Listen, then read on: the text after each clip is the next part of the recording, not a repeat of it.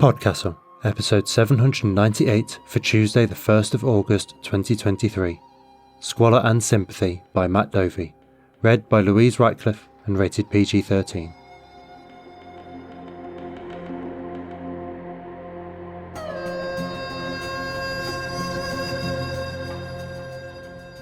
Good morning, good day, good afternoon and good evening, and welcome to PodCastle, the flying castle of fantasy fiction. I'm your host, Matt Dovey, and it's my incredibly awkward duty to present for your listening ears Squalor and Sympathy by Matt Dovey, narrated by Louise Ratcliffe. Yes, that's me. There's only one of me in this writing gig, so this story is mine. Actually, the first story I had here at PodCastle back when I was just a starry-eyed listener, and one that co-editor Eleanor R. Wood gave me feedback on when we were both just starting out and dreaming of publication. Funny how the world turns.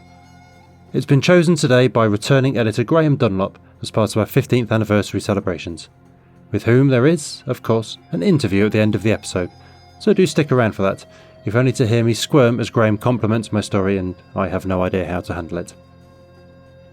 Matt Dovey is, as aforementioned, me. I'm very tall, very British, and I just finished drinking a cup of tea as I'd never be so rude as to drink on a recording. Although my surname rhymes with Dopey, any other similarities to the dwarf are sheer coincidence. I live in a quiet market town in rural England with my wife, children, and right now no cats at all, much to my grief. As of tomorrow, though, there'll be 2 new puppies, and we let the kids name them, so these 2 little fluffy cavapoos are bestowed with the appellations Fenrir Poseidon and Crabeus. I've got short fiction out all over the place, and you can find it all at mattdovey.com.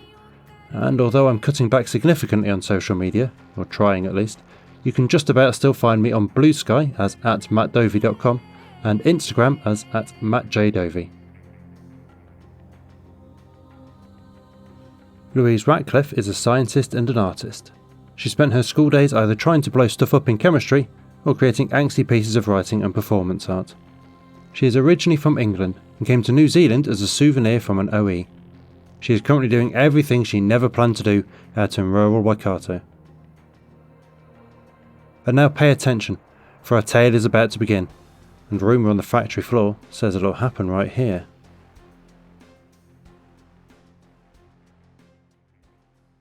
Squalor and Sympathy by Matt Dovey.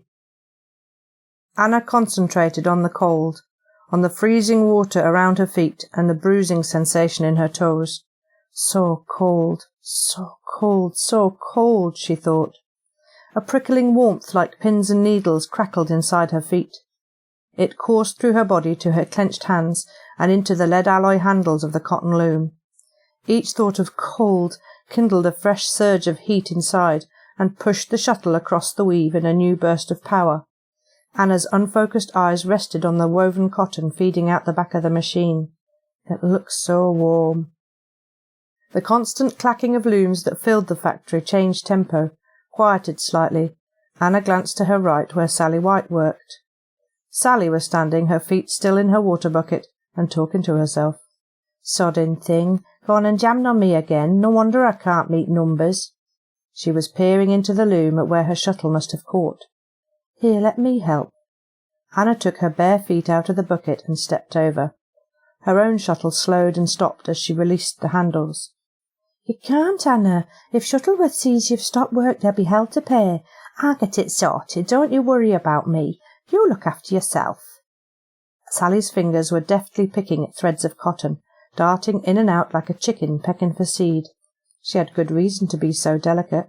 When the jam cleared, the tension in the threads would launch the shuttle across the loom, even without power, and any fingers in the way would be ruined. "Don't be daft," said Anna. "It'll take no time with 2 of us."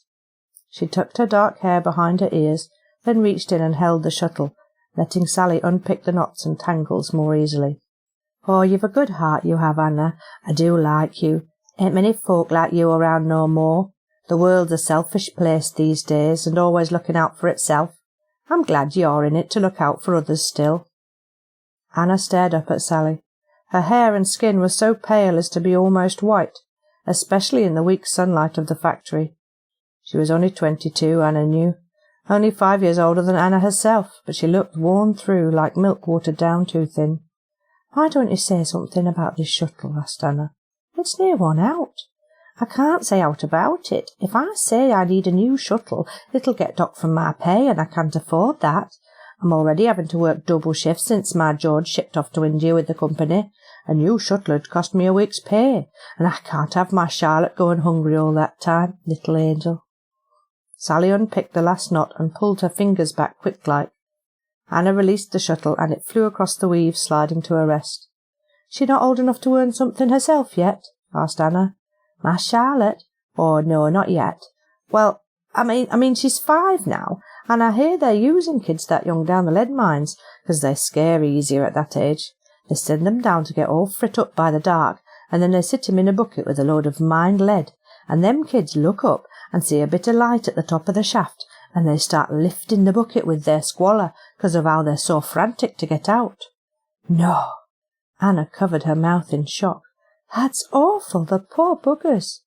The image of her brothers down a pit, terrified and sobbing, flashed into her mind, and Anna gave a shudder that had naught to do with the factory's winter chill.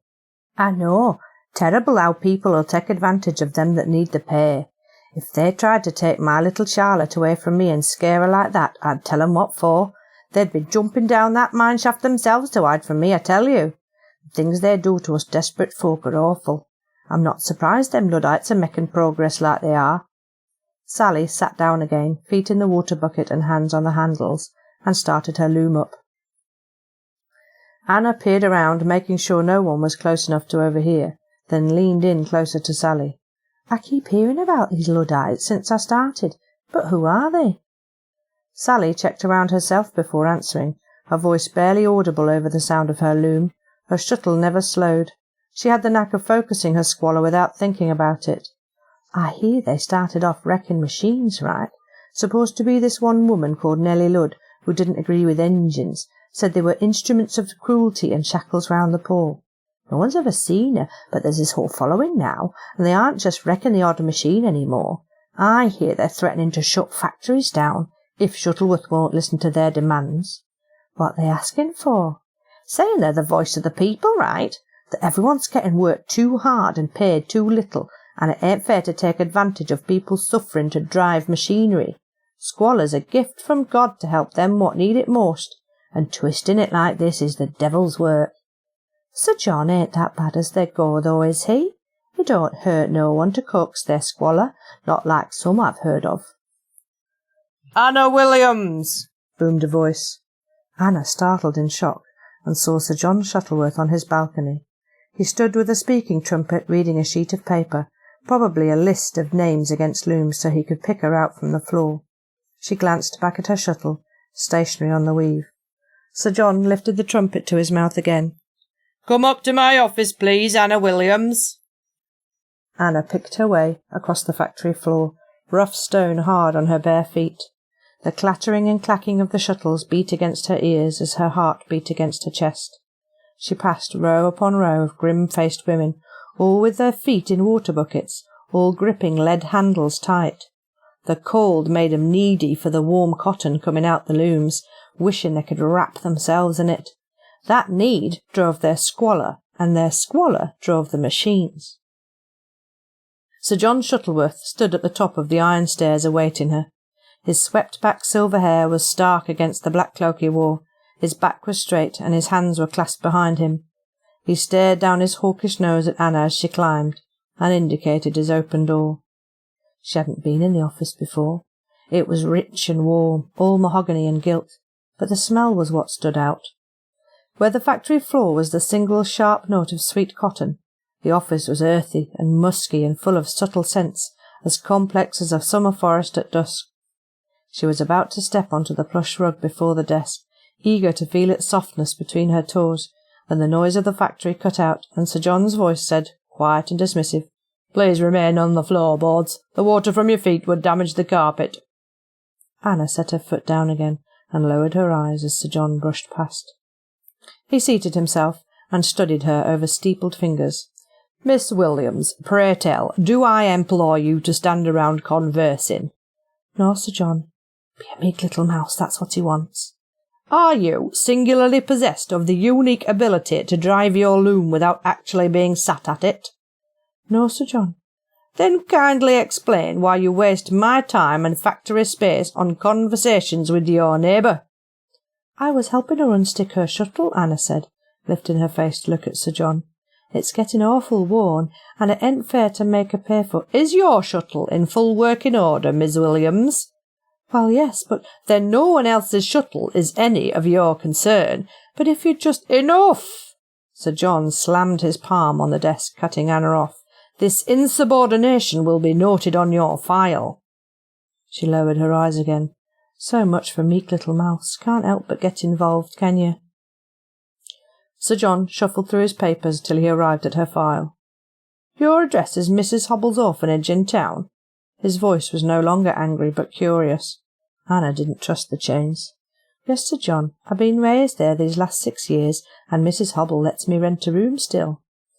And in your opinion, are the boys there healthy, well-fed and strong? Anna stumbled for a moment.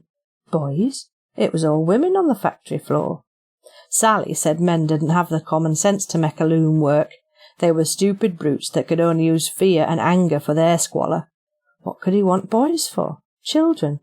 There's no work for kids except— Oh, no, the mines. What if he sends my brothers down a pit? Daniel had choke down there. He hates being cooped up. Even Charlie had struggled. Jacob's so young. You seem to be having some trouble, Miss Williams. Anna said nothing. Perhaps it is that you do not trust me. No, do not trouble to deny it.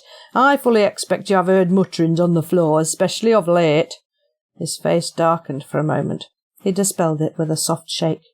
The truth is, I do not expect you to understand. I work for the betterment of the Empire and to the glory of Queen Victoria, a goal too lofty for your concerns. Thanks to Park's new lead alloy, Britain alone possesses the secret to channeling squalor for industrial purposes. The Prussians may think to challenge us, fuelled as they are by the coal reserves we so sorely lack, but we are lifted anew by a fresh spirit of invention built on the squalor of the working class. The prize we compete for is the world itself, and all Britain would prosper from its riches. And if the prize seems heavy now, the reward will be worth it. You may not trust me, but I assure you that ultimately I work with your best interests at heart. So, I ask you again, are the boys at the orphanage healthy and robust? Anna searched for something, anything to say, but what could she do? Sir John donated to the orphanage, and if he thought Mrs. Hubble wasn't running the place right— Yes, Sir John, proper fed and raised well. Good. Do tell Mrs. Hubble that I shall be enquiring with her forthwith, and she is to ensure that the boys are ready for presentation at all times. That will be all, thank you. Sir John indicated the door behind Anna, and turned to his papers, his earlier tirade apparently forgotten. Pale faces followed her back to her loom, but Anna paid them no mind. What have I done? If he takes my boys, but what else could I have said? Oh, if only I had not stood around nattering. She stopped, her path blocked. Maud Farlin, gruff, broad and imposing, stood in her way. You all right, girl? Asked Maud. Yes, thank you. It hadn't taken Anna long to clock Maud. She was the mother of the factory, but not soft and caring. No, she was a mother fox, watching over everyone and fighting for 'em tooth and claw. Properly speaking, she was just another worker, but all the women looked to her. Shuttleworth didn't give you no grief now, did he? No. Maud stared intently, but Anna kept quiet. She'd let her mouth run away with her too much already today. Maud grunted. All right then, but you'll let me know if he ever does right. Anna nodded and went back to her loom. In a few moments her feet were back in the water bucket, her hands were clasped around the lead grips, and the shuttle was running back and forth across the weave and filling Anna's ears and mind with noise. The winter winds chilled Anna something terrible as she walked the 2 miles back through Burnley, and she was grateful for the kitchen fire when she stepped in through the side door of the orphanage. Anna, oh love, you look frozen.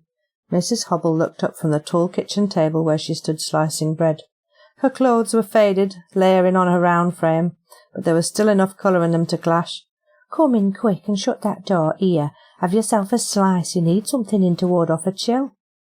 Anna sat on a kitchen stool and unwound her scarf as Mrs. Hubble spread a thin layer of watery butter on a slice of bread. Anna took it without argument and began to eat. "I've brought my rent," she said, between slow mouthfuls, putting a mixed handful of shillings and pennies on the table. Oh, you daft sod, I keep telling you, we don't need your charity. You can stay here for now, for as long as there's room. The house is riddled with holes, there ain't never enough to go round, and you're always taking more orphans in, so don't tell me you don't need charity. We need charity, love, but we don't need yours. You've got yourself to look after. You've looked after me for long enough, so if I can help in any way, I will. Oh, love, you don't have to say some daft things. Seeing you all grown up and standing on your own 2 feet is repayment enough, especially seeing you grown to care for others. You're not that feral girl looking out for her own that I first met. So don't you worry, you owe us nothing. Even so, I ain't taking it back, it's yours. Mrs. Hubble put the bread knife down with a sigh. She'd sliced off a dozen or more slices of bread in the time they'd been talking, but the loaf hadn't gotten any smaller. Anna frowned. Are you going hungry again so as to stretch the food for the kids? Needs must, love. Using my squalor's the only way I can get enough food to get them through this winter. And what good is it to them if you can't get through the winter? Take the money to buy some more and have yourself something to eat now. There's soup left in that pot. Anna nodded towards the kitchen fire. I love some chicken broth. It's been on for 3 days now, so it's getting a bit thin.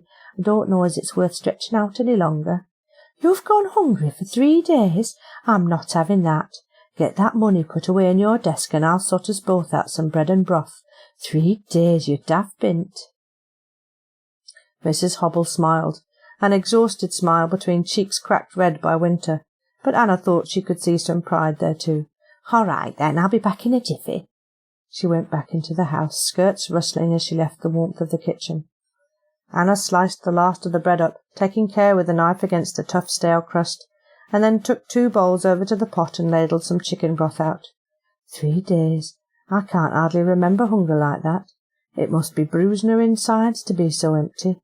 Anna's stomach clenched in sympathy, an oddly warm sensation. She filled both bowls. It hadn't looked like there was as much left, but somehow it stretched. It was surprising how much these old iron pots could hold. The door burst open and her 3 younger brothers rushed in, tumbling into Anna's legs with shouts of excitement. Anna laughed, put the bowls down and crouched to hug them each in turn. And what are you little buggers doing up still, eh? I expect Mrs. Hubble here put you to bed an hour or more ago, yet here you are. Jacob, the youngest at 7, pulled Anna down into another hug and whispered in her ear, We love you. A tide of love and gratitude swept through Anna while Jacob's small hand tangled in her dark hair. I love you too, she said through her choked throat. We miss you when you're not here, said Charlie, the oldest of the 3 boys. He was taller now at 12 than Anna at 17, and just as serious as her too. He'd been old enough when they'd arrived at the orphanage 6 years before to know what was going on, and he'd needed to grow up near as fast as Anna. Daniel had been only 2 at the time, Jacob not even walking yet. Anna would do anything for them to keep their innocence. Well, I'll still be here in the morning, she said, smiling, so you can get yourselves off to bed now, Go on up with you, up the wooden hill you go. They filed out the door past Mrs. Hubble, Jacob and Daniel chattering as they went, and even Charlie was smiling. Mrs. Hubble saw them up the stairs before she came back and sat at the counter for her broth and bread. Eat up, then, said Mrs. Hubble, dipping a slice. You'll look out for them, won't you? Asked Anna in a quiet voice. Of course I will. I always have, haven't I? Anna smiled weakly, but she couldn't shake the image of the boys down a mine shaft, frightened and alone in the closed-in dark. What's on your mind, love? Not like you to ask those sorts of questions. Sir John had me in his office today. Asked if there were many strong boys here. What's he asking you that for? I wish I knew. He pulled me up for talking instead of working, but when he saw I lived here, he started asking about the boys. He'd never have known to ask if I'd not been idling for him to catch me. He said he'd be by any time to inspect them, and for you to have 'em ready at a moment's notice. Anna wiped round her bowl with the last of her bread. Round and round, round and round. Mrs. Hubble? Yes, love? Don't let him take my boys, will you? When he comes, don't let him take them, please. Anna's eyes welled up, and Mrs. Hubble reached across the counter to squeeze her hands. I just, stumbled Anna. I know it's selfish of me, 'cause he'll take other boys instead, but I want them to have their childhood as long as they can. You're allowed a little selfishness, love. Everyone is. You think I run this place out of goodness? I'm as selfish as anyone. I only do this so as I don't have to work in them mills. Everyone has to look out for themselves these days, 'cause no one else will do it for you any more. I just don't want anyone to take advantage of 'em. I want them to know how to stand up for themselves. Now that's one lesson I don't think they'll have any trouble learning, not with you around to teach them." Anna smiled again, but more genuinely this time. Still, it was tempered by sadness, like cold rain on warm skin. "I just hope they don't have to learn it as hard as I did." Anna clenched her jaw to stop her teeth from chattering. They ached from hours of cold. Her bare feet were almost blue in the water bucket, though it was difficult to tell in the gloom. Another gust of winter wind blew through the factory, raw and biting. Shuttleworth had declared the doors remain open at the start of the shift, to encourage motivation and boost production. Everyone knew why. Another of his factories outside of town was still burning this morning, a great plume of black smoke dropping ash all through Burnley. Nellie Ludd and her Luddites had been the awed rumour at first. Nellie Ludd and her Luddites, the bitter recrimination after Shuttleworth's announcement. Nellie Ludd and her Luddites, a whisper lurking through the rattle of the looms. Luddites Chudderden, Luddites Chudderden, Luddites Chudderden. The whispering had died now, though. Only the looms clattered, lulling Anna into a chilled torpor. Even Sally, who chatted through every shift, had fallen silent, which made her sudden scream all the more jarring. Anna's heart dropped past her guts as she leapt up. A scream like that meant only one thing in a cotton mill. Sally was sobbing on her stool, cradling her hand, face paler than Anna had ever seen it. Inside the loom the shuttle was tangled in yarn and glistening bright red with blood. Sally's good hand was half to frozen solid when Anna reached for it, muttering reassurances and gesturing for her to show her wounds.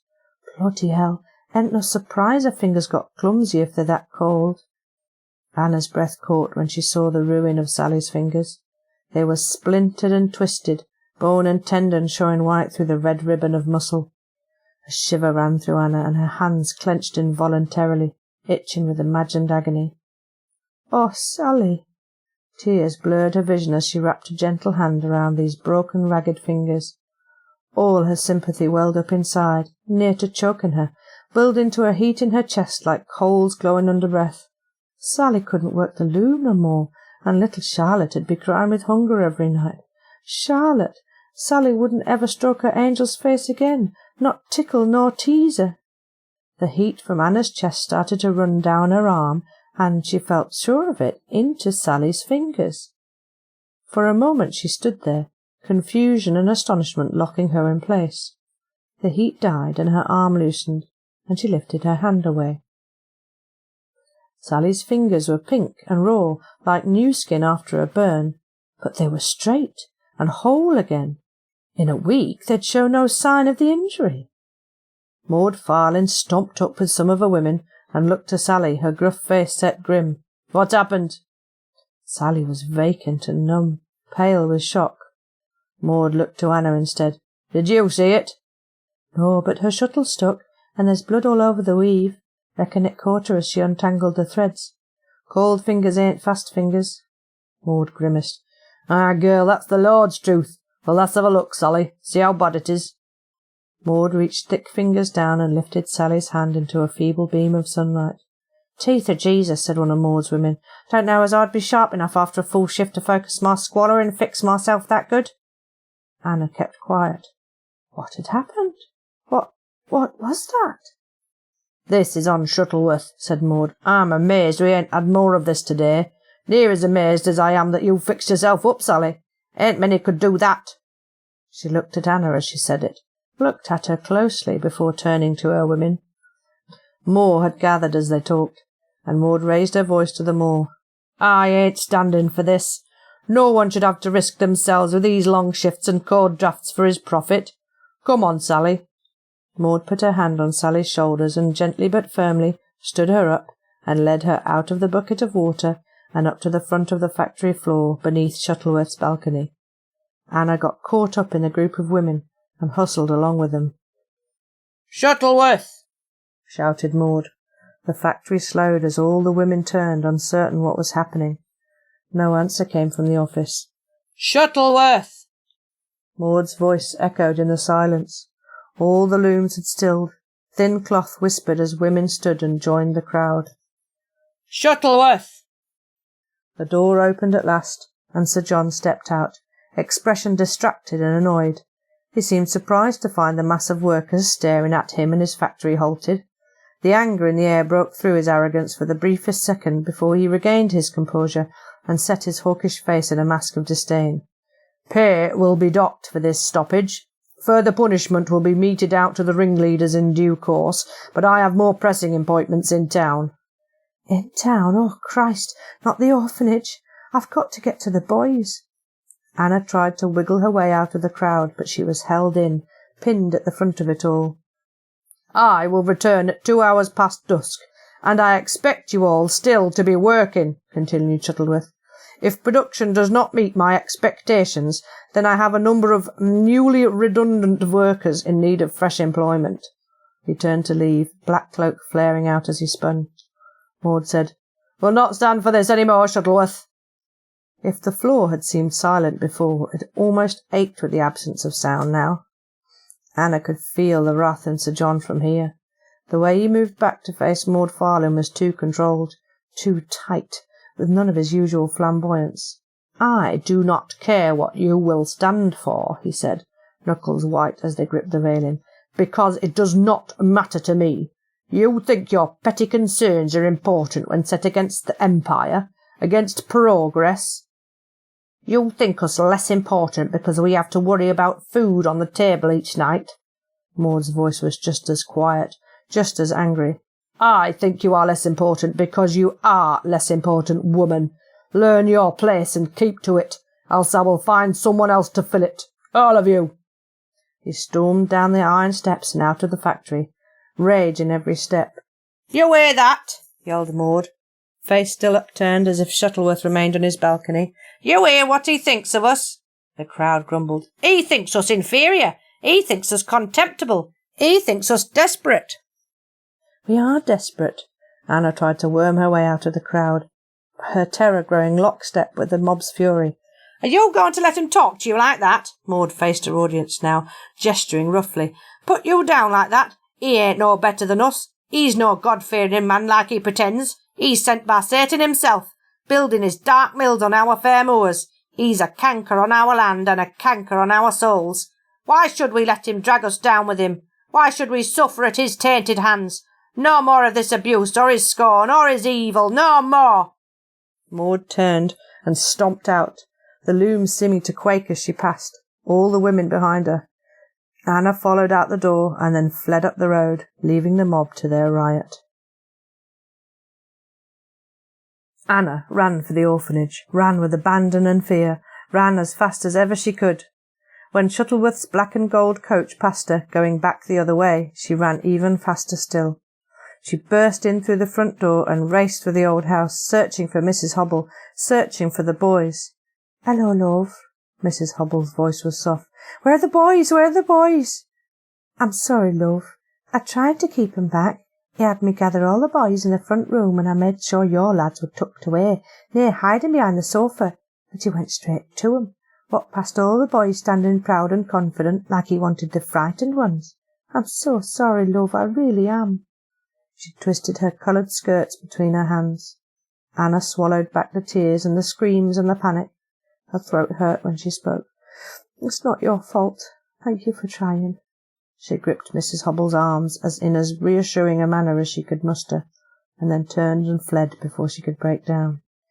"He wants the frightened ones, boys that'll scare easily down a mine. Where's these mines he's taken them to, though? He said he'd be back at the factory past dusk. He must be taking them there first." Anna ran.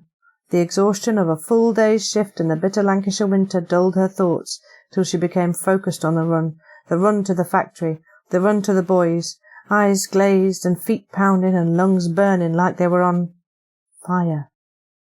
Fire, filling the horizon, blazing orange against the night. Fire filling the factory and eating it up and casting the dark iron beams as shadows, huge black ribs bending inwards like a consumptive wreck on his deathbed. No! The heat of it washed against her face from all these hundreds of feet away, and the sharp smell of burning cotton stabbed at her nose. The fire flared in a gust of wind and part of the roof collapsed. "No!" she shouted, lurching forward into a sprint. Maybe there was a corner that hadn't caught yet. Maybe they'd gotten out and were standing the other side. Maybe she could find them and help them, and strong arms wrapped themselves around her and lifted her off the ground. "Careful now, girl. Easy now, easy." Anna kicked her heels and struggled against the grip, but she was held tight, and she was exhausted. She went limp, and she let herself be lowered to the ground. A half-choked sob burst from her throat. "Easy now, girl. You don't want to be running down there." Anna looked up through tearful eyes. "Maud? Maud, darling?" "What are you doing back here, girl?" My brothers, And Anna collapsed again, a broken doll with strings cut by grief. Maud waited. Anna wept out her tears and mumbled, "They were in the factory." "Say what, girl?" "My brothers, they were in the factory." "Can't have been. We made sure no one were about. What would they have been doing in there?" "Shuttleworth took them from the orphanage earlier. He picked them out special and took them in his carriage. So now they've burnt with him in that factory." She broke down in tears again. "Nellie!" shouted a new voice, rising up the hill. One of Maud's women, thunder on her face. "We best get going. We've dallied too long." Maud, "Nellie?" turned to the new woman. "Aye, in a moment. You lot need to vanish. Go on, all of you." "You can't hang about. If they catch themselves Nellie Ludd, they'll go hard on you." "I'll be all right. I can look after myself, can't I? Now get on with you." The woman clenched her jaw, but walked away without further argument. Anna picked through what she'd heard. "Nellie Ludd? You're Nellie Ludd? What's been attacking all the factories hereabouts? But you working hours." "Aye, girl, so as I could keep an eye on that toad Shuttleworth, so as I'd know when he wasn't about and we could burn his factory without burning him. I ain't becoming a murderer on his account." It took a moment for Nellie's words to sink in. "Sir John wasn't there?" "No, girl, nor was your boys. We knew Shuttleworth was coming back, so we waited till he left again." Relief washed through Anna. They're okay, they're not dead, they're okay." "Where are they then?" she asked, looking up from the damp grass. "Has he taken them to his mines?" "Shuttleworth ain't got no mines, girl. Where'd you hear that?" "But why else take 'em? Where could they be?" "Damned if I know, but they ain't here." "You've got to help me find them." Nellie barked a single laugh. "I've got to get away from here is what I've got to do. I've got my own worries, girl." Anna stood. No, you will help me, 'cause I know it was you now what's been burning the factories." Nellie's face darkened. "You threatening me, girl?" "What you going to do? You wouldn't burn Sir John for all he's done, but you'd hurt me? Kill me? No, I don't reckon that's your way. I reckon you'll help me, because whatever he's got planned with my brothers, stopping it would hurt his cause, and you'll do it for that, if not for my boys." Nellie stared for a long moment. Then her broad face cracked with a wicked grin. "I like you, girl. You got fight. Come on, then." "Where are we going?" "To Gawthorpe Hall, to Shuttleworth's home." Habergam Drive was a tunnel through trees made bare by winter. The full moon slipped through the naked branches and littered the path with fractured shapes. Anna and Nellie had walked in silence since turning away from the burning factory. Nellie said, "Girl, say what's bothering you." "Why did you burn the factory?" "To stop Shuttleworth, to show him he can't have it all his own way." "Like what?" "Like chilling the factory floor so we work faster.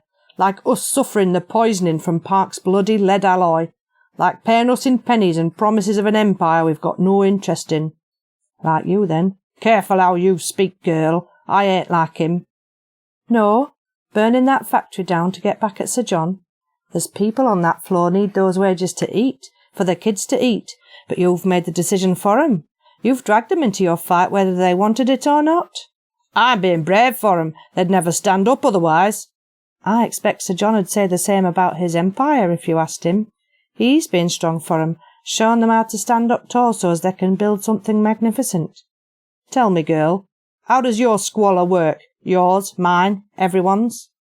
Anna's indignation stumbled at the swerve in conversation. "Well, necessity. Deprivation, I suppose. Squalor gives you just enough of what you need most, and you've got to really need it." "Exactly. Anyone could use squalor, even all the toffs, but you ain't got that necessity if you're comfortable. So you think Shuttleworth and his kind'll ever let us share in their wealth? No, they need us poor to build this empire. Their machines 'ud stop dead if we ever had it good enough. The rich'll get richer and the poor'll stay poor, and they'll keep us in our place so as they can keep exploiting us." "And you don't exploit people. You use them as tools to try and change the world in a way you reckon is best, thinking you know better. There's ways of changing the world without ruining lives like you have tonight." "I ain't the one who's stolen your brothers," said Nelly, quiet with rage. "No, I suppose you ain't at that. You're the one helping me get 'em back. But even then, you're doing that to get at Sir John, not out of charity. You and everyone else in this world, you're all so selfish now." Nelly didn't seem angry at that. If anything, she looked sorrowful. "Aye, girl, the world's a selfish place now. Time was people cared for others. We didn't only have Squalor to save us then, we had Sympathy too." Nelly looked askance at Anna, an odd expression in her eyes, but she put her finger to her lips before Anna could ask more. She stepped behind the trunk of an ash tree at the edge of the wood and motioned for Anna to join her. "We're there." Gawthorpe Hall was imposing in the night, a looming black shadow detailed in silver moonlight. The gravel drive was flanked by open lawns and ornamental gardens. 2 coaches stood by the stables, one large and ornate, the other simpler but detailed in gold, Shuttleworth's coach. Men in red jackets and towering bearskin hats stood at the entrance, watching the approach. "What are they doing here?" muttered Nelly. "Who, those soldiers?" "Soldiers? Girl, they're the Queen's Guard." "Shouldn't they be with the Queen, then?" "Aye, girl, they should. But the mourning Queen hasn't left London for 4 years now, not since Prince Albert died." "How are we going to get past them?" "We ain't. Let's try round the back." Nelly moved off through the trees, keeping an eye on the Queen's Guard and warning Anna into stillness whenever a mounted patrol moved round the garden. A handful of Douglas firs lined the side of the river Calder behind Gawthorpe Hall, enough of them to hide Anna and Nelly as they crept round. A painted wooden door stood at one corner of the hall, a warm light spilling from the kitchen window next to it. "You're faster than I am, girl. See if you can work that door open." Anna hunched low and ran across the lawn, a tingling fear at the base of her neck as she crossed the open space, praying against any guards rounding the corner. She grabbed at the black iron handle, but it held firm and wouldn't turn. Locked. She tried again, heaving her shoulder against the door, but it remained stubbornly solid. The crawling fear was growing stronger, pressing in, and with a curse Anna turned and ran back to the safety of the tree line. "No good," she said, panting clouds of breath in the cold air. "There's got to be another way in." "Hold this," said Nelly, taking off her winter coat and passing it over. "What you doing?" asked Anna. "This hall's been here more than 250 years. Penny to a shillings, there's still a privy that drains into the river. If I can find the grate and work it loose, you might be small enough to make your way in." Nelly finished taking her boots off and dropped into the river before Anna could question it further. Anna was near frozen after a few minutes stood there. A frost was already settling under the clear starry sky, and the wind bit through to her skin. "I don't know how Nelly's managing in that water. I can bare feel my toes just stood here." The exhaustion was catching up. She'd worked a full shift that day, and Squalor came at a price, drain something out of you. 2 guards passed by on horseback, and Anna ducked down behind the trees. Crouched there, tucked away from the wind, Anna's eyes and limbs grew heavy. The sudden splash of Nelly heaving herself onto the river bank shocked Anna back awake. "Help me out, girl," said Nelly, teeth chattering. Anna grabbed Nelly's outstretched hand and hauled her up onto the grass. Anna put the winter coat around her, but it didn't seem to help stave off the chill. "Found the grate," said Nelly, coughing and shaking, "but couldn't open it. Lead, not iron, so not rusted." Nelly pulled the coat tighter around her, but she still convulsed with shivers. "Stayed in too long. Had to try, though." "Nelly, you're going to freeze to death. You need to warm yourself." "Too cold to focus my Squalor." Her coughs were already weaker, rasping in her throat. "Oh, Christ, she's going to die on my account. That wind's cutting through me, and I ain't soaked through with river water. I can't imagine how cold she must be, in her guts and in her bones." Anna wrapped her arms around Nelly and tried to warm her, tried to give over some of the heat that was churning in her own chest, but the wind and rain stole away what little she had to give. She looked around, desperate, and her eyes caught on the kitchen window and the door next to it. Anna heaved Nelly up, an arm around her waist and Nelly's arm over her shoulders, and all but dragged the big woman to the door. She pulled hard at the handle, but it was as firm as before, even with Nelly lending what strength she could. Oh, Lord, that's it then. The chill'll get in her bones and she'll die out here, stuck the wrong side of a door from the stove that'd save her. She only needs to get through this door and get in. And as Anna felt the cold that she knew Nelly was feeling, felt it inside her, a new warmth flared out of her bones, through her fingers, and the door gave way, and they stumbled into the kitchen, trying to catch their balance. Heat washed over them as Nelly slumped against the stove, and Anna shut the door against the bitter winter. "How did you do that, girl?" Anna's mouth opened and closed, but she had no answer. "Doesn't matter. Find your brothers." Nelly's voice was settling, the shivering lessening. "Go!"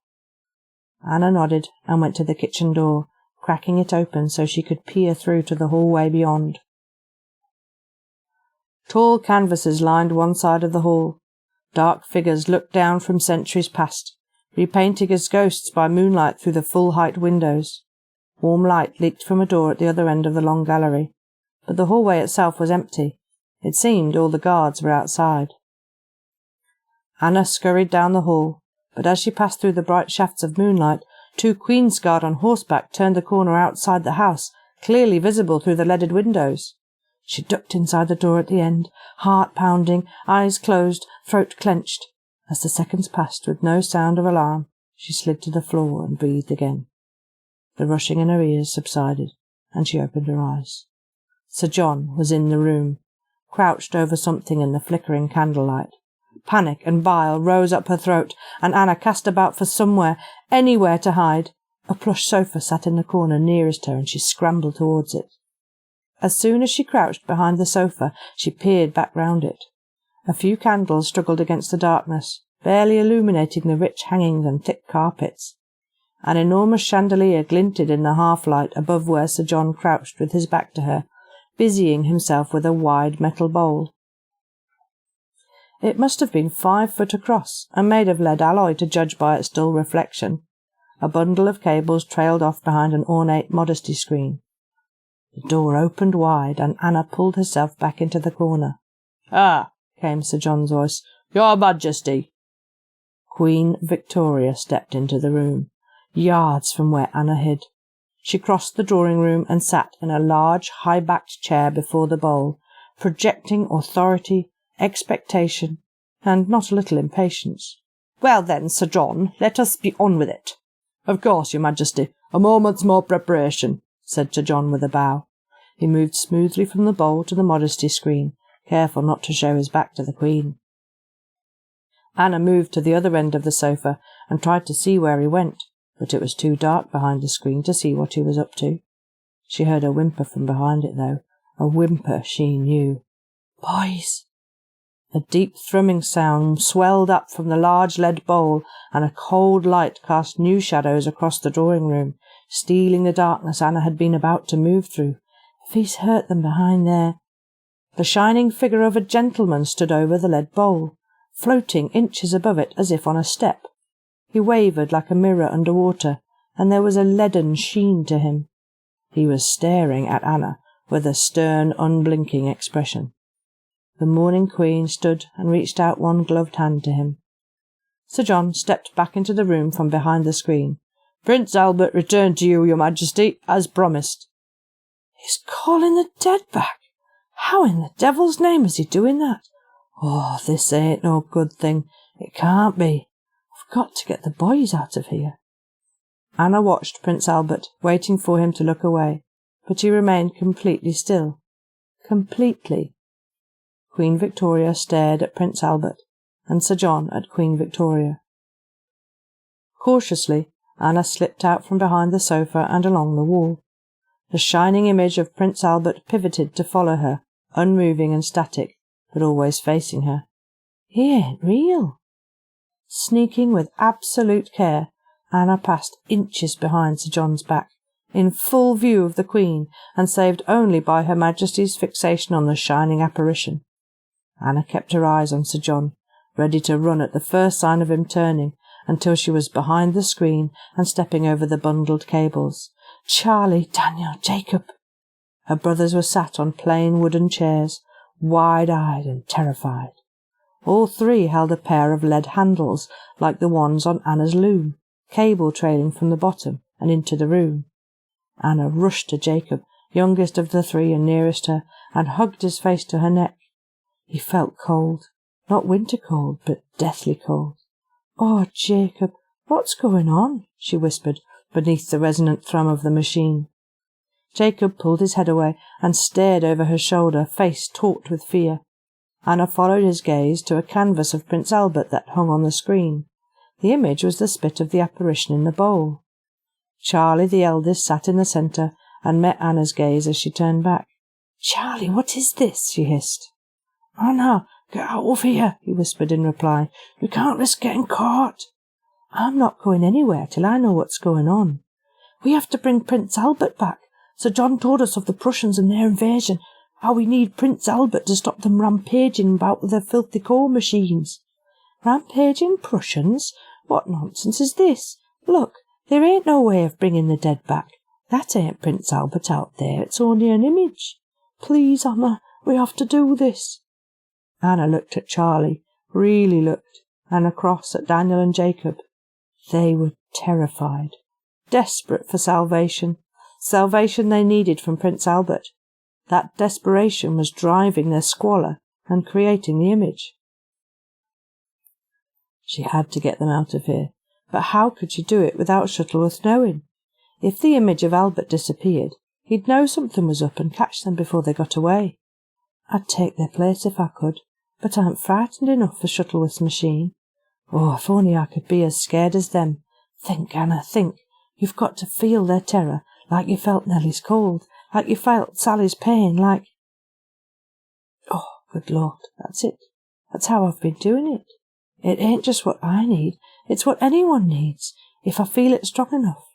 Not just squalor, sympathy. "Give me these," she said, taking the lead handles from Charlie's hands. "Get your brothers and get out. Go to the kitchen. There's a woman there called Nellie. She'll help." "What are you going to do?" whispered Charlie. "I'll bring Albert back, don't you worry. Now go." As Charlie went to his brothers, Anna gripped the handles tight. "They're so young, they're so scared, terrified of the Prussians, and only Albert can help. Albert, Albert!" Her stomach lurched with a hot fear. The lead handles were cold in her hands, a cold that spiked up her forearms like ice needles in her veins. Charlie was talking to Daniel and Jacob, and the cold surged as they released each handle. Her arms were numb now, and the ice was stabbing at her chest, roiling against the heat in her stomach. The light in the room began to dim. The boys had all stopped to watch her. She turned to them with gritted teeth. "Go!" The cold ebbed as her concentration broke. "Stupid! Think of their fear! Think of their fear! Think of their—" "What's going on?" hissed a new voice. Sir John stood the other side of Anna, his eyes filled with anger.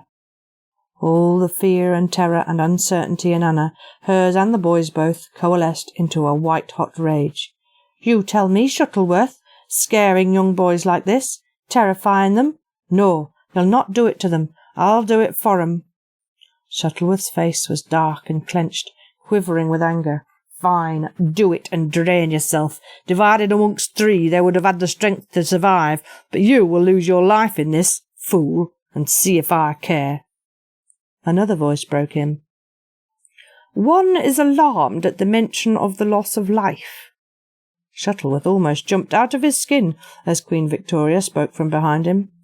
Anna's brothers stepped back into the modesty screen, knocking it over. "Your Majesty," said Shuttleworth, "my most abject apologies. Merely technical difficulties and nothing to be concerned with." Sir John all but scraped the floor in his obsequiousness. "On the contrary, the welfare of my subjects is of the utmost concern to me. What precisely is the arrangement here?" Well, the lead alloy handles are a conduit for the emotions and energies of that one presumes you are about to lecture on squalor. I assure you, sir, I am aware of how my country prospers. My confusion pertains to the presence of these children and the apparent threat to their lives." "My apologies, Your Majesty. The apparatus concentrates a desire for the Prince Consort, in this instance produced through fear, hence the requirement for such young volunteers. The girl, however, is an intrusion shortly to be removed. Fear? Why would anyone be afraid of my Albert? The children were told of a threatened Prussian invasion, Your Majesty, that only Prince Albert could stop. What utter nonsense! Queen Victoria looked at the boys, at Anna holding the lead handles, and finally at Shuttleworth with imperious disdain. No, this will not do. I will not stand by whilst one of my subjects sacrifices herself to save others. It is a queen's duty to protect her citizens, and it is my place to make the sacrifice. I thank you, young lady, for reminding me of it. If you would be so kind. The mourning queen gestured. It took Anna a moment to realise she wanted the lead handles. She passed them over in a stunned silence, cables trailing. The queen spoke as she took hold of them. A desire for the prince consort, you say? Who could have a stronger desire for Albert than I? Your Majesty, Shuttleworth panicked. Please, no! But his voice was lost beneath a sudden swell of noise from the bowl, an enormous hum that Anna felt in her rib-cage, and the image of Prince Albert bloomed anew above the bowl, 1,000 times more brilliant than before, and moving now, turning to face the queen and look upon her. And despite the piercing blue light of that figure, Anna could see quite clearly the smile upon his face. The queen returned the smile, eyes shining with delight, and then collapsed to the floor, dead. Dawn's light stained Gawthorpe Hall with shades of pink and peach, and the frosted lawn twinkled copper and silver beneath Anna's feet. You realise what you are, then, girl? Asked Nellie. I figured it out in there. What you said earlier about sympathy. Squalor's a selfish thing, but sympathy, caring for other people. Why me, though, why now? You care about other folk, girl. You're selfless in a way most have forgotten, and you're of an age now where you're not just thinking of yourself. Children are all wrapped up in themselves, but you've grown up. You think of them around you. I wondered if it was you as fixed Sally White's fingers yesterday. Reckon it was. The Queen's guard marched Shuttleworth out of his own front door in shackles and threw him into a coach. Queen Victoria was borne behind him on the shoulders of her guardsmen, held high on a stretcher, lead handles still gripped in her hands. What'll happen to him? Asked Anna. Daniel and Jacob hugged her from each side, and Charlie stood close by her shoulder. For regicide, they'll strip him of his title and hang him. I didn't want him to die. In his own way he was trying to do the best for people. If he thought he was what was best for folk, we're better off without him. They fell silent as the carriages rolled past, gravel crunching in the crisp winter air. Come on then, girl, said Nellie, once the carriages had passed into the freezing mist that clung to Habergam Drive. We can use you in the movement. A sympathy which looks good for us. No. No? Don't you want to help? Aye, I do, but I want to do it my way, Nellie Ludd. You ain't what's best for folk neither. You can follow me if you want, and Lord knows you'd make a powerful difference, but I'm changing the world my way. We can make the world a better place without having to make it worse first. Anna squeezed her brothers close in the chill morning air. Come on then, boys, let's get you home. Mrs. Hobble'll have fretted herself half to death by now, worrying about us all. Daniel looked up from her side. Haven't you got to change the world, though? She smiled. Aye, have I. But I reckon I've got to get you lot to bed first. Now go on with you. She walked down the drive with her brothers beside her. A moment later, Nellie Ludd followed.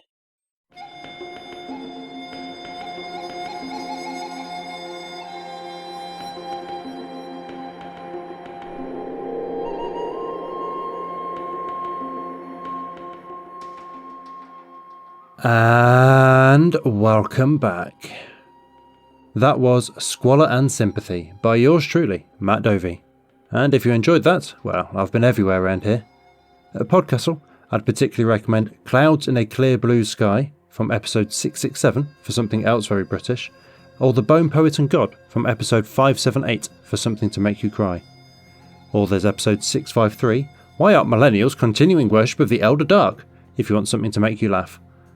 There's also episode 467 if you prefer the absurd, co-authored with Stuart C. Baker as Baker and Dovey. How I became coruscating queen of all the realms, pierced the obsidian knight, destroyed the legendary sword and saved my heart's true love. It is possible you could chart a correlation between title length and humour content, yes. I've also been into Skatepod, Pseudopod and Cast of Wonders though, so you've plenty to choose from, whatever your mood.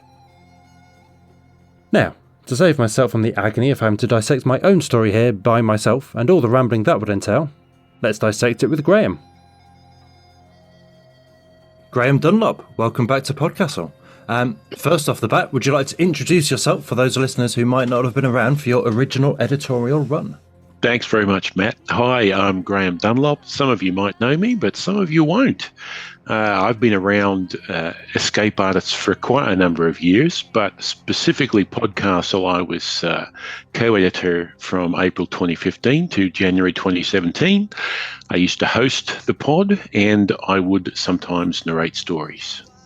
It's lovely hearing your voice again because it just sounds exactly the same as it always did. It's a real kick of nostalgia for me because I was listening to it when you were hosting a lot of the time as well, before I was on board. I'm trying to work out if we might have just about crossed over. I think I started when it was you, and it was definitely Jen that brought me on. I think you were still just about around before Khalida took over. That's right, yeah. So I would have been... Yeah, because it was I think it was July 2016-ish I started, around then I think. So yeah, so it would have been a few months crossover. So speaking of me joining around 2016, why this story by such an esteemed author as the ennobled Matt Dovey? I presume it was for reasons more than just to make me feel incredibly awkward at this point. Oh, well, that helps, you know. But... Fair enough. Make the British man squirm. Fair enough. That's right, yeah. Now, this was one of the pictures that, one of the stories that we chose, Rachel K. Jones and I, when I was still the co-editor. And I think it was one of those ones that just struck a chord with me. Now, I'll be honest, I'm quite an Anglophile. So, anything that's set in an English milieu does strike a chord with me. I actually lived in England for probably about 8 years. So, but this one, look, there are some stories that just kind of stick in my head. Obviously, there's a lot that's gone through at the time, but this one, there was something about it. I found it quite easy to actually do the outros. Some of the outros when you're hosting, to try and make yourself sound as erudite as Alistair, for example. Yeah, exactly the comparison I have in my head every time as well. Yeah, exactly. It's just about impossible. But this one I found quite easy. I think it was a fairly vivid story. I listened to it again recently, and there's a lot of things I really like about it. It makes me angry sometimes listening to it, like Sir John's dismissive attitude of Anna, and I don't expect you to understand what I'm doing for the Empire, and, that kind of bullshit. Yeah, there's a lot of it still floating around British politics, I'm afraid. There is, yeah, I do keep an eye on that. But there's genuine warmth here, like Anna's love for her family, and Anna and Mrs. Hubble, and even the people, the way they interact, the people on the floor in the factory. There's a genuine love and care, and that's something that's really attractive. I know when I did the original host outro for this, there was a lot of things I said, but I think I posed a question, or rather, I'm sorry. There's a thing at the end where the sympathy comes out, and it's the warmth, and it's the counteracting force to the squalor, and it really gives the story a hopeful ending. It ends on a note of hope, and at the time I said something like, "Is our world too far gone to still value that kind of deep sympathy?" It can certainly seem that way at times, but I'd like to think we could all look beyond ourselves and, look to the hopes and dreams of others. And honestly, that was, 6 years ago or whenever it was. Even more so today, you pose that kind of question. But, you would hope that there is still that kind of sympathy that we can have with each other to help each other pull through life. Yeah, I think there's two competing forces there, and I think they are class forces appropriate to the story. Actually, I think, social media is a huge enabler of that kind of sympathy. And I mean, Twitter made me a better person, allowed me to see other perspectives. Even if I wasn't joining in the conversation, just seeing conversations happening between other people gave me perspectives I might not have considered and understandings. And I am a better person in a lot of ways for the 10 years I spent on Twitter. And I think it's telling that it's then been bought and is being, as far as I can tell, very deliberately destroyed by the richest man in the world. You know, that is our source of sympathy and solidarity. And I often say solidarity is the greatest power in the world. And, you know, it's interesting that, you know, this story comes back up again at a time where we are talking about AI tools and everything. And so the Luddites are being referenced a lot again. And the whole thing about the Luddites wasn't that they were against progress. Cory Doctorow has a great piece on this. They weren't against progress. They were against, you know, skilled artisans being undermined and the skill and pride in the work being taken away. And that is what we're seeing with AI creativity. Well, for want of a better word now, AI isn't creative, but it is undermining the creative arts. And, you know, AI can probably spit out a action spy thriller script that's, you know, all right for a Netflix 50% rating one, but it's never going to give you, you know, the real heights of cinema. That's really interesting because there's a podcast I listen to, Kermode and Mayo's Takes. Yes. Yeah, they've been talking about this a lot recently, and one of the things they say is that the AI, it could spit out a first draft, okay, and then people can take it from there. But talking about creativity, that cuts out the whole thing of how do you even get creative in the first place? It's you do the work, you make mistakes, and you build on that, right? So if the AI is doing that first draft, it's cutting out a whole layer of the creative process and taking away experience.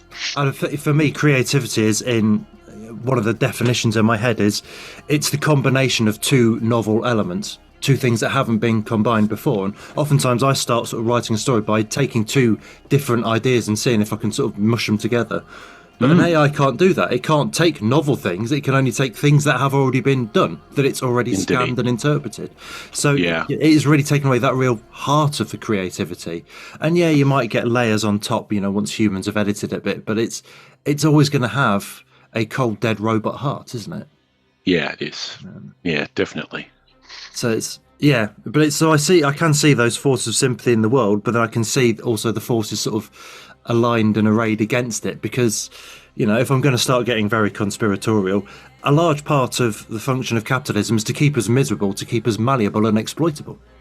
Well, that's true. You know, we have to have the threat of homelessness and starvation over our heads to coerce us into partaking. You know, we could feed the world. I mean, I'm being idealistic, I know, and it's always more complicated, but, you know, a lot of how capitalism operates these days is coercion and keeping us miserable. And that is what, the factory owners were trying to do here and take advantage of in quite a literal way. But in a metaphorical way, that's what happened. I mean, there's been, I've read some articles recently about why is America so lonely now? Because there is no downtown community anywhere anymore. Everybody's just out in the suburbs, disconnected, and there's not that third place for people to be. The idea that you have your work, you have your home, but you also need to have a third place to exist socially. And that's been ripped out of America in particular. And I mean, pubs are closing at a record rate in Britain. It's happening here as well. Not quite as fast, but, you know, and it's keeping us, like sheep, isn't it, I suppose? Keeping us miserable enough to be, but still with enough hope to think we could be happy.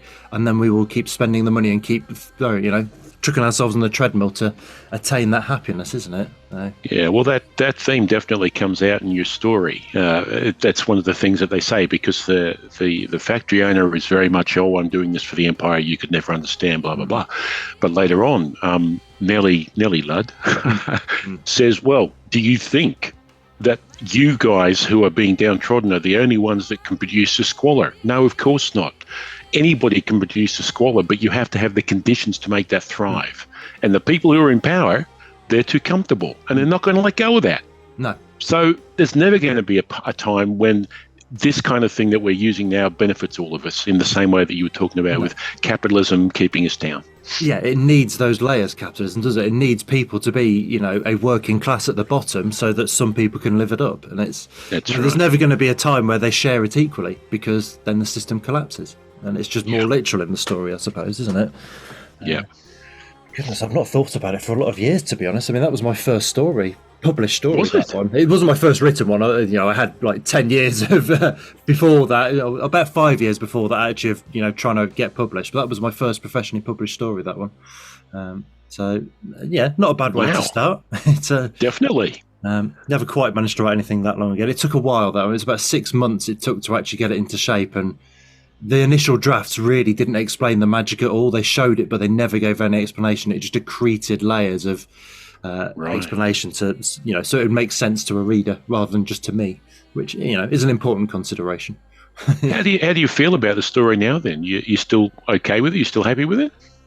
Yeah, but I worry that the ending is almost a bit too pat, and I've been trying to get away. I have an instinct of trying to tie everything up at the end of a story in a way that is often in stories but is not very true to life, and I'm trying to create messier stories almost, rather than polishing them as much as perhaps I did this one. I remain unconvinced I came up with the best idea for the machine at the end. I really like the Squalor magic and some of the examples of that with, the making of the bread and everything, where she just keeps cutting it, all the soup and everything. I really like them, and like the way the trains work and everything. But I'm not quite sure that, the machine at the end to try and I can't remember what's the factory owner's name now. I can't remember now. Sir John something or other. It's ripped off. It's a real factory owner. That name I ripped off, but sort of the machinery that he's got and everything. It's there might have been better mechanics there. I feel like I perhaps could have come up with a more solid idea. It was a bit tangential, but fundamentally I still stand by a lot of that story. That sort of working class power absolutely. Is not even something I realised I was sort of writing as strongly as I did at the time. Very rarely when I write a story do I actually know what I'm writing about, and it normally takes until about the third or fourth revision, once I've had a couple of rounds of feedback, before it clicks for me and I go, oh, that's what I'm trying to tell myself. Right. But if anything, my politics around sort of class warfare, for want of a better phrase, and sort of solidarity and the way people are exploited, that's only gotten stronger and calcified. So I absolutely sort of stand behind the philosophy and the theme of it, definitely. Yeah, cool. Which it's not true of all my stories, but this one it is. I think I'm still proud of this one. I think I did a decent job on it. Good stuff. Yeah. Well, we liked it for sure. Well, enough to make me sit through those 10 minutes of conversation. So thank you, and thanks. So enough about me. What more about you then? How did you come to be involved with PodCastle in the first place? Well, that's a long and boring story. Let me tell you. This is the moment. No, there's a few kind of, circuitous things, because I have been involved with a lot of things in Escape Artists. I was the audio producer for Pseudopod for about 6 years. I was actually the co-founder of Cast of Wonders as well. Yes, you were. And I've done a lot of stuff with the with the technical stuff, the websites and what have you in the background. So I think the very first time I started listening to stuff, I was listening to Pseudopod. I think it was on Will Wheaton's recommendation, actually, back in the day. It's a long time ago. But that really got me in. And then I started listening to some of the other pods, PodCastle, Escape Pod. Well, they were the only three at the time. And I got involved on the forums a bit, and then I think there might have been a call for narrators. And I thought, what the hell, I'll give this a go, because I do like public speaking and so on. And I've done, narration for other things. So I wrote in, and Rachel Swirsky, who was the editor at the time, gave me a go with a story that you actually ran recently in May, which is Biographical Notes to A Discourse on the Nature of Causality with Airplanes by Benjamin Rosenbaum. That was Lecky's choice, and it is a very excellent story. It is, yeah. And that was the one that Rachel gave me a chance with. And I didn't have any proper audio equipment. I had some old crappy realistic microphone or whatever it was, and I went ahead and did that. And I was so excited when that came out. I made my wife listen to it, and Poor woman, because it's actually one of the longer pieces. The Pseudopod, I'm sorry, podcast well done. Yeah. And I was just so excited. It was such a buzz to hear a good. Well, I liked my narration of it anyway, but because I just love narrations. I love the way. I think my bio says something about I love the spoken word and stuff, but I do. I love the spoken word and narrations.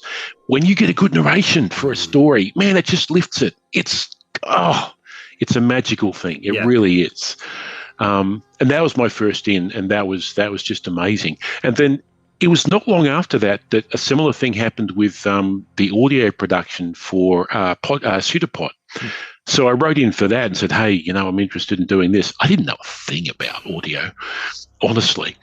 But it was the Lich King, Ben, who taught me how to do the audio stuff there. And he was jumping out, so I jumped in and I started doing the audio. And that was awesome because I got to have, a bit of a dialogue with Alistair for quite a while, and with the Pseudopod alums, Sean and Alex, and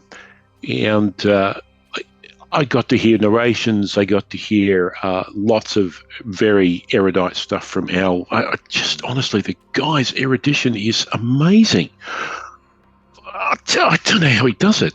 It was like for Pseudopod every week, there'd be something different. He'd pick up some really, really important points with each story. He seemed to be able to say something about any of the stories, something really interesting, and it's like, oh wow, that really makes me think. Yeah. Anyway, so I got to do all that, and then a little bit down the track, there was a time when we were going through some transitions. I say we, that's escape artists, so I guess I felt like part of the family. And PodCastle was at a bit of a crossroads. I think at that time I had become what do I call it now? Associate editor? Associate editor now, but slush reader, yeah. A slush reader, yeah. I'd been doing that for a while. And we were at a bit of a crossroads, and we needed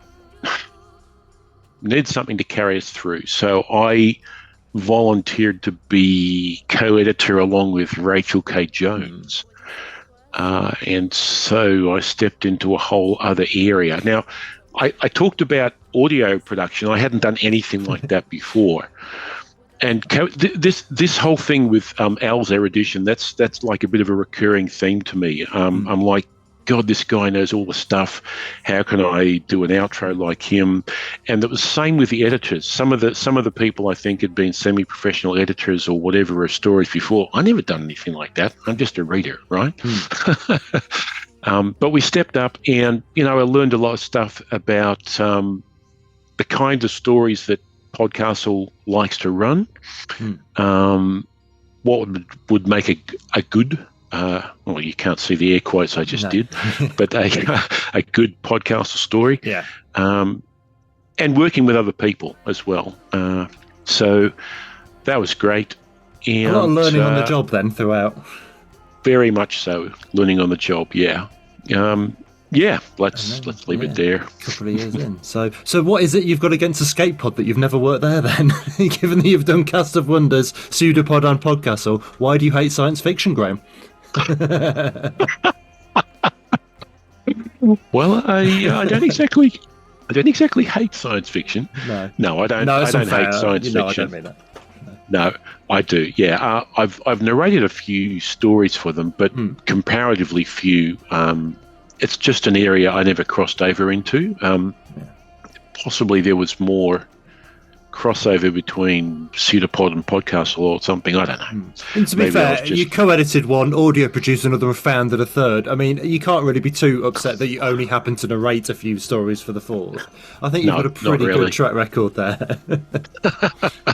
So did you have an assistant editor who was sort of helping with all the sort of background, admin when it was you and Rachel? Or were you doing all the contracts and stuff and finding narrators and sorting everything out between you still?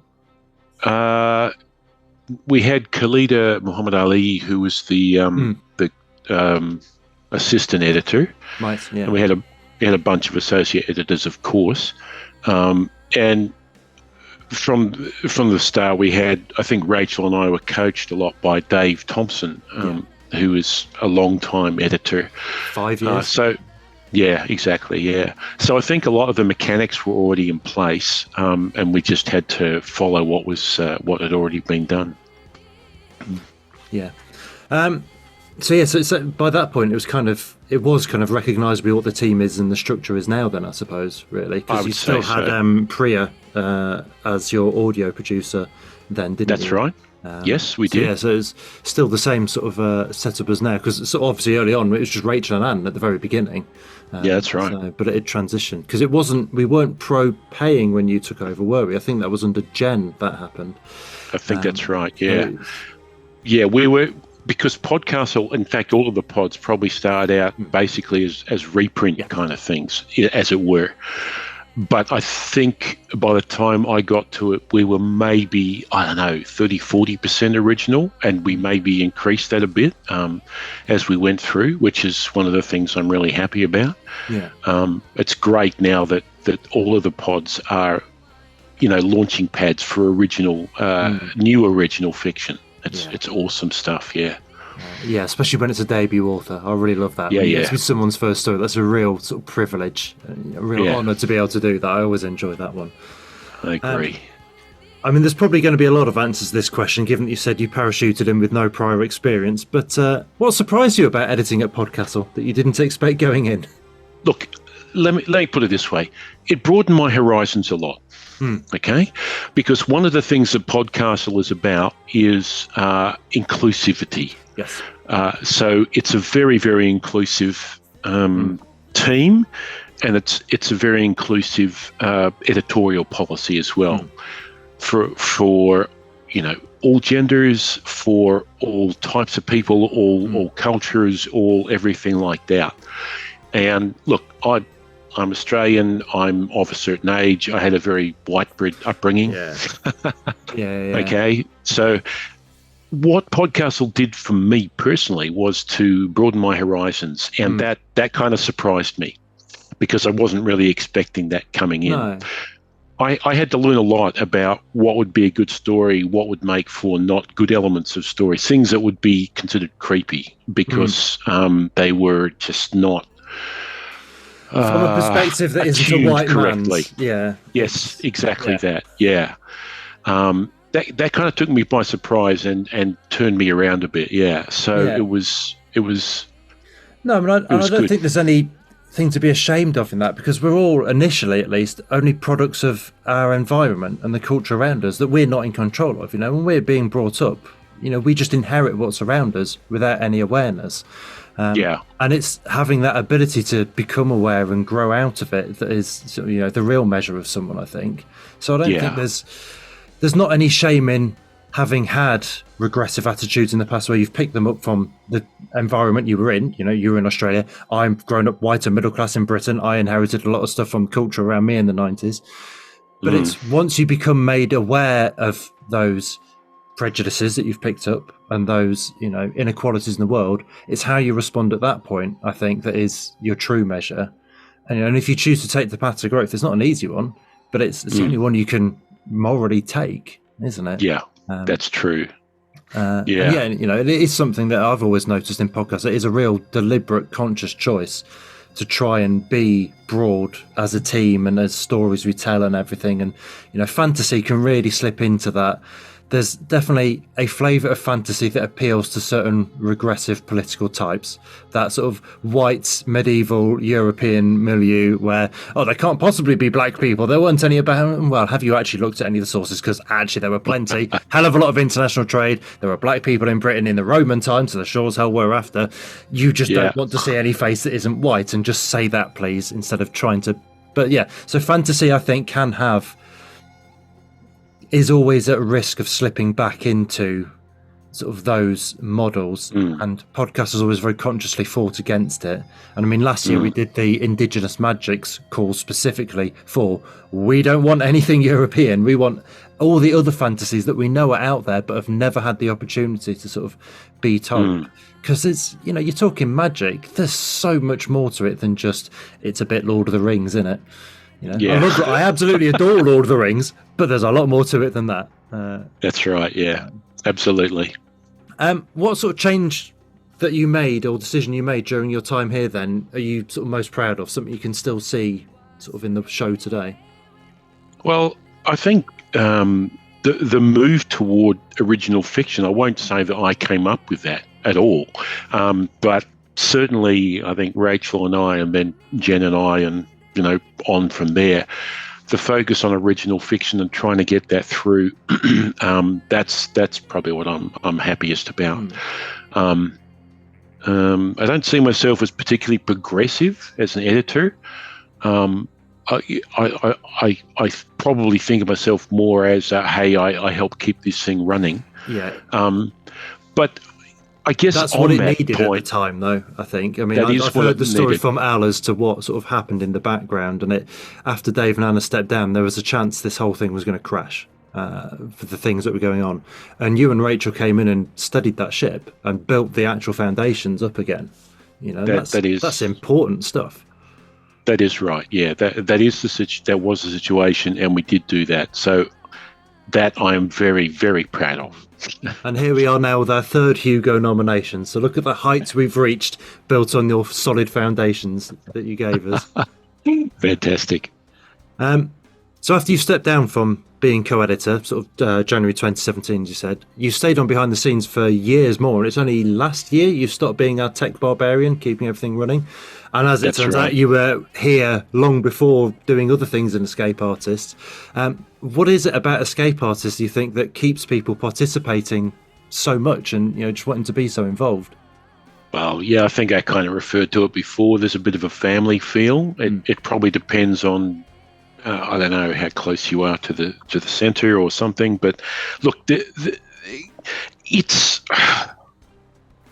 Man, when you think about your professional life, I'm in IT, whatever, and sometimes it can be a slog, okay? The people that you work with can be combative. Some of them are really nice, whatever. But I think with PodCastle, even through the tough times, there was definitely a sense of, hey, we're in this together and let's pull together and make it work.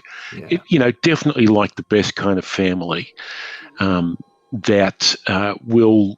you can ride through the rough bits and there'll be a bit of argy-bargy, but generally, you know that you're all working towards the same kind of thing, and it's for the love of the fiction, the genre itself, because it ain't about the money.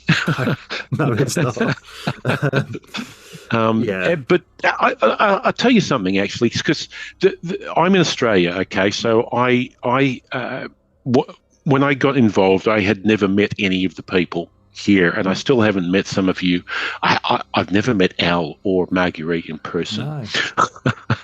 No. He sounds exactly the same in real life. It's uncanny because you've heard his voice so many times on Pseudopod or different hostings. When you actually meet him in real life and his voice is exactly the same, it's a real uncanny moment, I'm telling you. Yeah. Prepare yourself. But in it must have been 20, I can't remember what it was, whatever it was, 2018 it might have been. I had the chance to go to America. It was like a work conference thing. And I planned to meet up with some of the people. So Alex and Rachel and Dave. And, they invited me to stay with them, some of them, Rachel and Dave. And I'm not a particularly extroverted person, Matt. I'm quite an introvert. So being invited into somebody's home, it's a lovely thing, but I'm always like, I've only met these people online, Are they going to be like that in real life? And you know what? Turns out they were. They were just as nice and lovely and generous and wonderful as I had expected them to be, and it was just a wonderful experience. People I had never met, but people who I already called friends, and they actually were in real life as well. Yeah, it is. I mean, you meet anybody who's, you go to a convention, you always who else is going to be there? And you meet anybody from anywhere else in the EA family, and it is just that immediate sort of, it gives you a connection anyway, because you've got this thing in common, but they're always just easy people to get on with and talk. And it's just the kind of people who, want to give their time, because you are, effectively volunteering. We get a token payment these days. Even the slush readers, the associate editors, get a token payment these days, which we're very proud of, because that's very rare in genre fiction, and is one of those about broadening horizons. It's trying to make it more accessible to people who, traditionally have been excluded from publishing. When it's a volunteer thing, that tends to favour the people who are comfortable, which therefore tends to favour white middle class men. So that's why publishing has a demographic, particularly traditional publishing has a lot of the demographics it has. But the kind of people who are willing to give up their time for it just end up being the kind of people you can get on with. And I met Rachel out in America as well, and we were just, I was in LA sort of a day early before the writing workshop, and she'd come up with her husband. We're like, oh, what are we going to do then? Night's really here. Let's go to the La Brea tar pits. And within like 2 hours, we were just rolling down the grassy hills at the side of the tar pits. So we're all there, 30 plus years old, rolling down like we're still 8 years old. These are the people you can just get on with, aren't they? Absolutely. Yeah. And I've met every Priya editor so far. I was talking to Dave, Anna, and Priya for a couple of episodes recently. Spoken to Rachel Swirsky and Anne Leckie and everybody I talk to. It's just so easy to get on with and nice to talk to, and so insightful and clever as well. You talk about Al's erudition, and Ala's got a lot of great insights, but Rachel Swirsky as well has got a lot of great insights. Anne Leckie's got so much understanding. Everybody's got just this level of active, conscious thinking about what they're doing. That's just really refreshing in the modern world, because you don't often find it a lot of the time. So. Absolutely. There's a lot of people here, like you say. So when did you first start at EA then? It was Pseudopod, sort of the first thing. You were actively involved with Beyond Narration. So when did you kick off with that then? Yeah, the Pseudopod, that was March 2011. So it was a good 11 years you did in EA then? Yeah, absolutely. That's a long time to do anything. That was March 2011, and then it was not too long after that, July 2011, that I co-founded Cast of Wonders with Barry J. Northern. And man, that was, I was host, I was audio, I was frequent narrator. There was a lot of stuff. It was a busy time. Yeah. But that's, really kicked off as well. No? That's a full equal partner in EA and everything. And it's part of the achievements is to try and get on all four. Well, it's now 5 podcasts, of course. Now we've got Catscast as well. That's right. So I need to get a story. I've got a narration in Catscast, so I've still managed to narrate for all the podcasts, but I haven't had a story in Catscast yet. So my achievements card is now incomplete again. I need to get Catscast to knock it all off. We've got a couple of minutes left, so do you want to just tell the world about what you're up to now and where people can find out more about you and your shenanigans? Yeah, absolutely. Look, I'm not real active on social media anymore, but when I left EA, I became involved with Toastmasters again. That's something I was involved with before. Now, if you don't know what Toastmasters is, it's a public speaking organisation. So it aims to give people skills to speak in public, but also leadership skills. And I'm very passionate about that. The speaking aspect to me is, like I was saying before, the spoken word. My God, the things that people come up with for speeches about whatever subject, the ones that are personal are just great. Just hearing people's stories is an amazing thing. So when I say I'm involved, I'm in District 73, which represents Victoria, South Australia and Tasmania in Australia. I was extremely honoured to be Toastmaster of the Year this year. Congratulations. Thank you. But it's because I love the way that people gain confidence in themselves through Toastmasters. Just seeing people, you see them from their first speech there. Sometimes they are physically trembling, but you see them a few speeches later and they are starting to speak with confidence and speak with erudition and speak with humor. And it is just an amazing thing to give people that gift of self-confidence. It is a wonderful thing. So as you can maybe tell from my voice, I'm pretty happy with Toastmasters. Oh, so if anybody's around that area and wants to get involved, they know how to look up and who they can look up to then. Definitely. No, good stuff. I did a bit of public speaking sort of back in the day, and I remember sort of the nerves and the adrenaline before you go on stage the first few times. Just like your stomach is dropping through the stage. Oh, then, yes. When you get on the stage and you just get going, you hit this sort of zen plateau, and it's wonderful, isn't it? There's nothing like it. No. It's fabulous. You feel like you're flying, don't you? It's incredible. You do. Right. Our time is about to run short, though, I'm afraid. So all that remains for me is to just say thank you very much. It's been a real pleasure talking to you and a real delight just to hear your voice on the airwaves again. It never changes your voice, and it is wonderful. It's so smooth and warming. It's like a good whiskey, possibly like the one you're drinking. Oh, thanks, Matt, and thanks for thinking of me. I really appreciate it. It's great to talk to you. We wouldn't have done this without trying to get you involved. So, no, thank you for taking the time to come back and regale us with tales of the olden days. It's pleasure. Very much appreciated. Thank you for this. And thank you for everything you've done for PodCastle down the years. No problem. See you later. That was our show for this week. On behalf of everyone at PodCastle, your co-editors Shingai Enjeri Kagunda and Eleanor R. Wood, assistant editor Caitlin Zavanovich, audio engineers Devin Martin and Eric Valdez, forum moderator Ossicat, and our many wonderful first readers, Andrew Cahoe, Craig Jackson, Amalia Harrington, Julia Patt, Kieran Corsini, Ryan Cole, Sarah S. Messenger, Sophie Barker, Shrikripa Krishna Prasad, Tava Nova, Tierney Bailey, Zeev Witties, and myself, Matt Dovey. Thank you for letting us share another story with you. The legal bit. PodCastle is part of the Escape Artists Foundation, a 501c3 non-profit, and this episode is distributed under the Creative Commons Attribution Non-Commercial No Derivatives 4.0 International License. That means you can share it, and please do, but you cannot sell it and you cannot change it. If you want specifics, check creativecommons.org. Our music is by Shiva in Exile. Everything we do on PodCastle is 100% donor funded. And if you'd like to support what we and the rest of EA do, please join us on our Patreon at patreon.com/EA Podcasts. Prefer another method?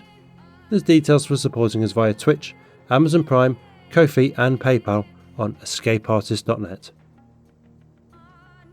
We'll be back next Tuesday with another fantastic tale. In the meantime, you might care to check our sister podcasts, Escape Pod for science fiction, Pseudopod for horror, Cast of Wonders for YA speculative fiction, and Catscast for speculative cat stories. If your heart belongs to us, though, we'll see you next week. Be safe and be kind.